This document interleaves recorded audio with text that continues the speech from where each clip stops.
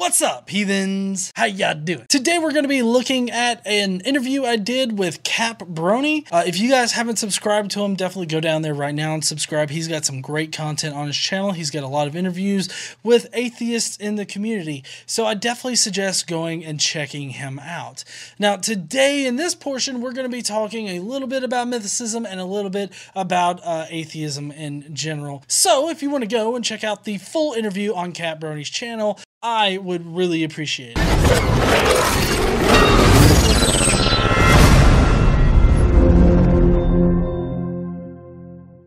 But the next question is, you are a mythicist, right?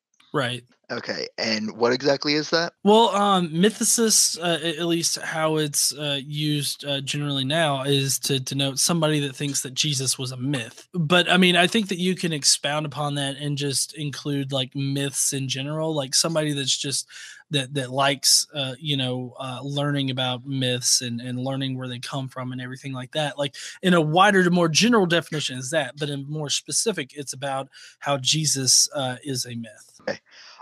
What was one of the things, or what exactly made you take that exact position? Well, basically, I had been an atheist for a while, and I, love doing research on like the arguments for God and the arguments against God. And so it got to the point where I was like, well, I don't accept that God exists because there's no good evidence to suggest that he does exist. So why wouldn't I apply that same kind of logic to Jesus? Because I had always just considered Jesus to be a real person. Like, oh yeah, had to be a real person. Yeah. And during my conversations online with people, I found myself being like, well, look, maybe I need to have evidence to say, oh, hey, yes, well, we know Jesus existed. And, I wanted to have that evidence in my back pocket so that I could be like, look, here's the evidence. And so what I did was I set out and I tried to find the evidence for it, but none of the evidence was just compelling. And I found David Fitzgerald's 10, what is it, Nailed, 10 Christian myths about Jesus. And I read that cover to cover, and I was totally engrossed in it. I was focused on it. And I found that it was so interesting that, people were just accepting like, oh, the easiest explanation is that Jesus existed. But if you apply the same skepticism that you have for God's existence that you do for Jesus's existence, for me at least, I didn't find any good evidence to say that, yes, Jesus did definitely exist. Yeah. Okay. One point I always hear for the existence of Jesus, and I know you've touched on it a bit. But for those who might not know the argument, I was going to ask you these few. But Josephus, in his book, he mentions Jesus. Why is that not the supposed Jesus of the Bible, or what's in there that makes it not be Jesus? Does that make sense? Yeah. Okay, so Josephus has a lot of things wrong with it. There's two references to Jesus. There's the Testimonium Flavianum, and then there is the one where it's talking about James, the brother of Christ, later on. Now, the Testimonium has a lot of different problems with it. For one thing, it is so apparently Christian in the text that we have now that even historicists say, well, it was definitely touched up by a later Christian author, but the original one looked more like this. And it had a bunch of the Messiah and all the magical stuff stripped out, but it still said, oh, there was Jesus. He was, crucified and all that other stuff. But the problems with the Testimonium are a lot more complicated than that, because right before that passage in Josephus, he talks about how Pilate has his guards dress as these protesters that were protesting this water issue. And Pilate has these soldiers kill a whole bunch of protesters. And then you have the magical commercial for Jesus. And then the next paragraph down, it says, and then about this time, there was another sad calamity. And the way that it was referenced, even in the non-Christian version of the testimonium, it doesn't really sound like a sad calamity. It doesn't sound like Josephus is referring to that paragraph. It sounds like Josephus is referring to the paragraph above it. And in fact, if you take out the testimonium, you'll see that the paragraphs flow seamlessly together, because while they're talking about different subjects, the exit of the first paragraph compared to the entrance of the other paragraph, they flow. It doesn't seem to break any kind of thought process. But with the testimonium in there, it just seems like it just doesn't fit. Like it seems like it breaks up the flow of thought. Also, another thing to note here is that the first person to even bring this up is Eusebius of Caesarea, who is known to forge a lot of different accounts and to change his church history. He inherited his bit of Josephus from Origen, who regularly talked about, Jesus, his existence, and just the real person of Jesus. And so you would think that he would have at least mentioned this in some way, because it's such an, I guess, a quote unquote great piece of evidence for, Jesus and what he did. Like, it doesn't necessarily have to be, he's arguing against somebody who's a mythicist. It just has to be, well, no, here's my Lord. Josephus talks about him doing this thing right here in this paragraph. And this would be arguments against pagans or anybody else, I guess. But you just don't see that from Origen. And the first person that actually mentions it is Eusebius. Eusebius also forged the account of, I think maybe Constantine. Was it Constantine that saw like the P-shaped cross in the sky, and he was ordered by Jesus to like kill people or something? I'm not for sure. Sorry, world history is not my strong suit. Yeah. Revolutionary War, that's where I excel at. So yeah, you're asking the wrong person. Well, yeah, Eusebius forged that particular one because it started out as like a group hallucination, and then Eusebius made it a personal revelation. And so, Eusebius isn't the best person to have brought it up first. It really casts a lot of doubt on it. And I'm not saying that I know for a 100% certain that it was like inserted by Eusebius. I'm saying that the probability that he inserted it is much greater than Josephus actually writing that down the way that it was. And then the second mention of Jesus, it actually is grammatically more like an interpolation from a marginal note, rather than them actually wanting to point out that this was James, a brother of Jesus or whatnot, because of the way that the grammar is structured, the way that it's referenced and everything like that. It's plainly an interpolation. So I hope that answered your question. Yeah. The next one is the other main one that I've heard that I want to ask you on is Tacitus. And and I believe he was one of the ones that made claims to Jesus as well. And him being real. Right. Well, yeah, sorry, I wasn't laughing at you, obviously. Yeah. I wasn't laughing at you. I was laughing at because my debate with Inspired Philosophy, Tacitus seemed to be the only thing that he wanted to talk about the entire time. Okay, yeah, I'm not familiar. Like I watched one of your, I think it was one of your Facebook Live videos the other day, that you did a while, I think about 2 weeks ago. But it was the one who kept saying Tacitus or something like Tacitus. that. I was like, wow, okay, that's okay. Yeah, I almost said it Tacitus just for that. Yeah. Well, yeah. So I wasn't laughing at you. My Inspired Philosophy. I figured there was something there, but yeah. Go ahead. Yeah. Inspired Philosophy. He only wanted to focus on Tacitus, or Tacitus.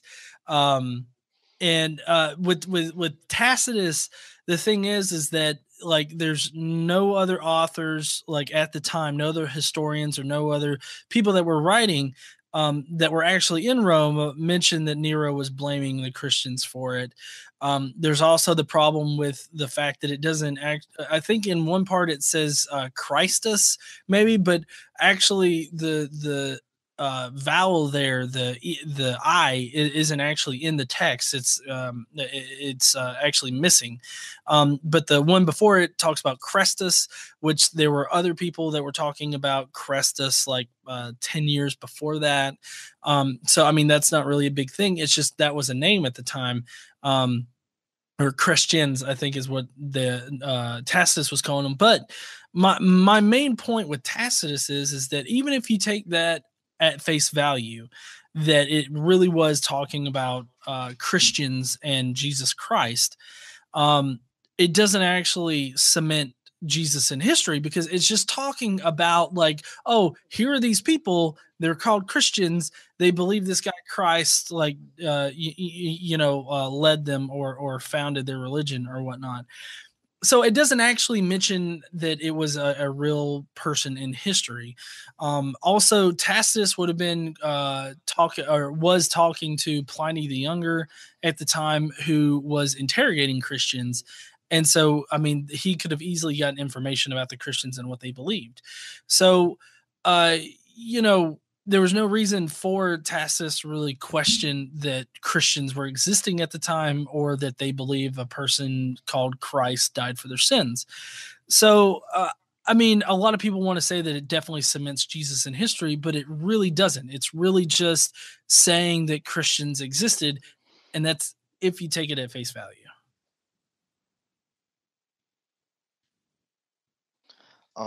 Yeah, and yeah, it makes sense. I just was thinking about that. What is the best argument you've? Yeah, and I was thinking about that, and that's like, like if you were saying, like if I wrote something about Hindus, I said, yeah, Hindus believe in Lord Krishna. I mean, that's Mhm. not saying Lord Krishna's real. That's just saying, hey, there's people, they're Hindus, and they believe in Lord Krishna, Vishnu. Um, you know, I don't know however many other Hindu gods are, but the next question I have is, um, what is the best argument you've heard for the existence of God? Best argument for the existence of God. Um, well, I ask this of people too on occasion, and it's always the hardest thing to answer, because it's Yeah, like there's no good arguments for God. yeah, But I would have to say the best argument for God is the whole idea that he's supernatural and he exists outside of reality.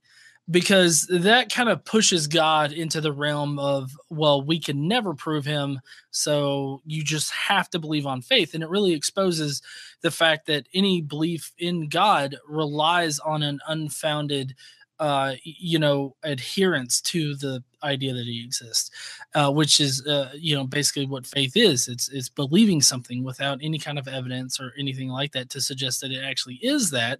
You just have to trust people that have told you that he does exist. And while on occasion, I mean, I think that trusting somebody that personally is fine. But I think that if somebody came up to me that I've really trusted and they were like, hey, there's a big goddamn hot dog in the sky that's going to kill all of us, I think that I'm going to question him and ask for evidence, because it doesn't really match anything that we've ever seen before. So we would need a lot of evidence in order to justify yeah. So I'm just envisioning a giant hot dog in the sky with lasers shooting at us. that. Yeah, I have a very random mind.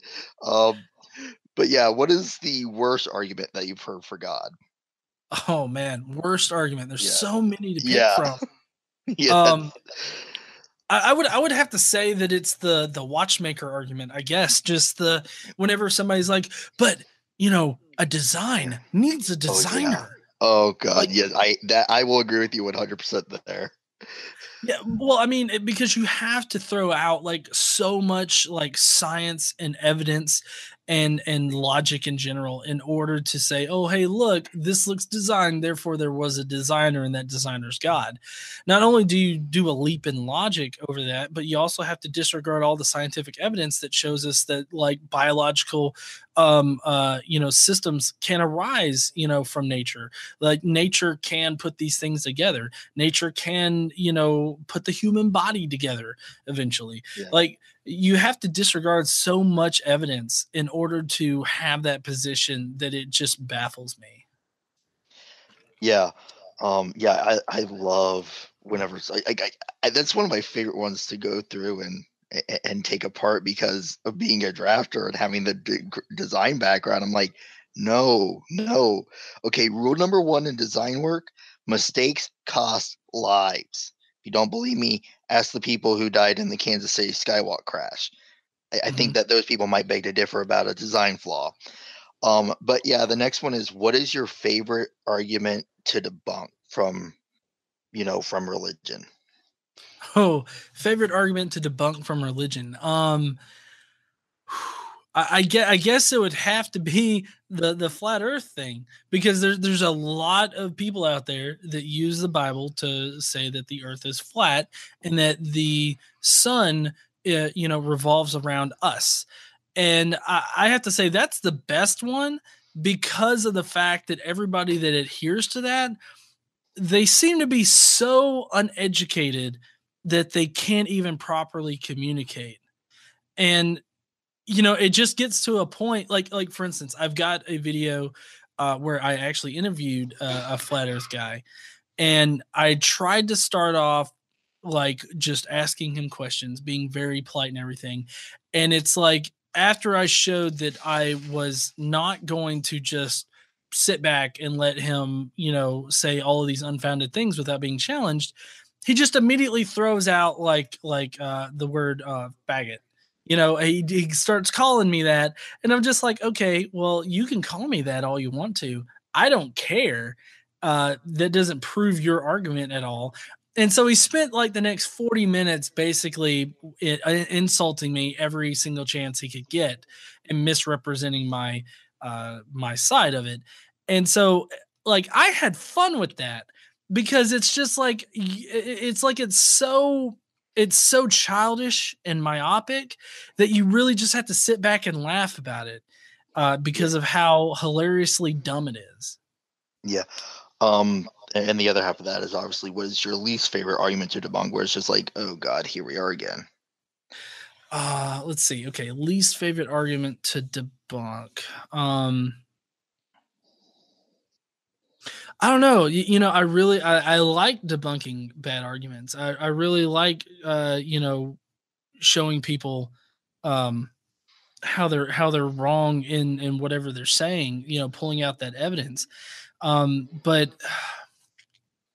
I would have to say that it's probably the whole idea that God has morality written on all of our hearts. Cause like, I don't know, that just seems so that's used so many times that I just, whenever it gets brought up, I literally groan out loud, because obviously, God hasn't written anything on our hearts. There's sociopaths and psychopaths out there that show that, they don't have a moral compass, or they do have a moral compass, but it's different and it's a lot more lenient than other people. And then you just have the general difference in people in general. And it's just one of those arguments where I'm just like, okay, well, that's not right. And there's almost literally nothing that I can say about it to debunk it, because it's just so obvious. I think that any argument where it's like where it's just so obvious that it's wrong, I think that those are the ones that I hate the most. Yeah. Thank you, heathens, for making it to the end. Have you left a comment down below talking about, anything that might have piqued your interest in this video? You haven't? Well, now's your chance to do so. Be sure to leave those comments, as well as smash that like button. Also, subscribe if you like this kind of content. Don't forget to stand up and use your voice. Bye, heathens.